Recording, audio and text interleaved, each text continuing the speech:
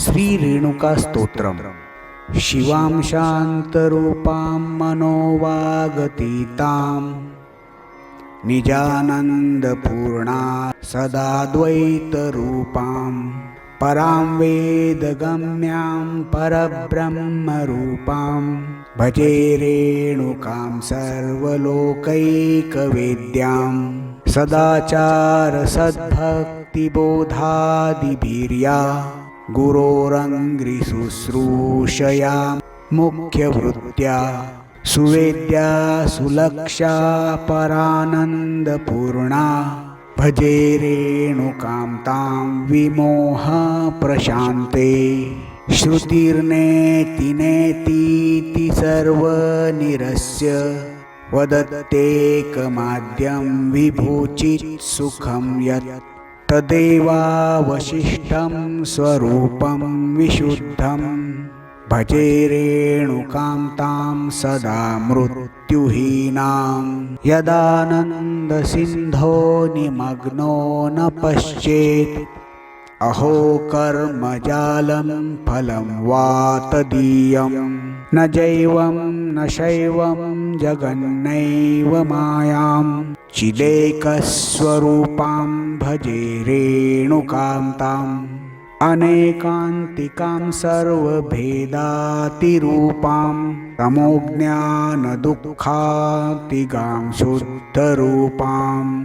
सदाध्यात्मविद्याप्रदानेकशीलां भजे रेणुकां मुक्तिसौख्याधिदेवीं त्रितापप्रशान्ते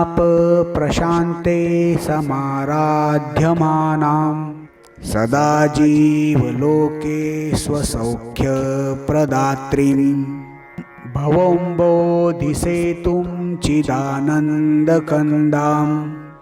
भजे रेणुकां ज्ञानमुद्रैकलक्षां सदा भक्तहृत्कौमुदी भद्रभद्रां सदोङ्कारवाच्यां वरेण्या शरण्यां स्वभक्तार्तिनाशां शुभाङ्गां गुणाढ्यां भजे रेणुकां भक्तसौख्याब्धिरूपां सदा भक्तवात्सल्यपूर्णां सुरम्यां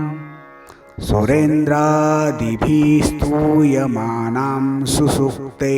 सदा भक्तवृन्देष्वसङ्खेव्यमानां भजे रेणुकां भक्तभाग्यां भवानी पठेद्यो सदा भक्तियुक्तो विशुद्धा स्ववर्णाश्रमाचारतो नित्ययुक्ता समुक्तः कृतिरेणुकायाः प्रसादात् सदा राजते लोकपूज्या इति श्रीमत्परमहंस परिव्राजकाचार्य सद्गुरु भगवता श्रीधर स्वामिनां विरचितं श्रीरेणुकास्तोत्रं सम्पूर्णम्. श्रीरेणुकादेव्यै नमः.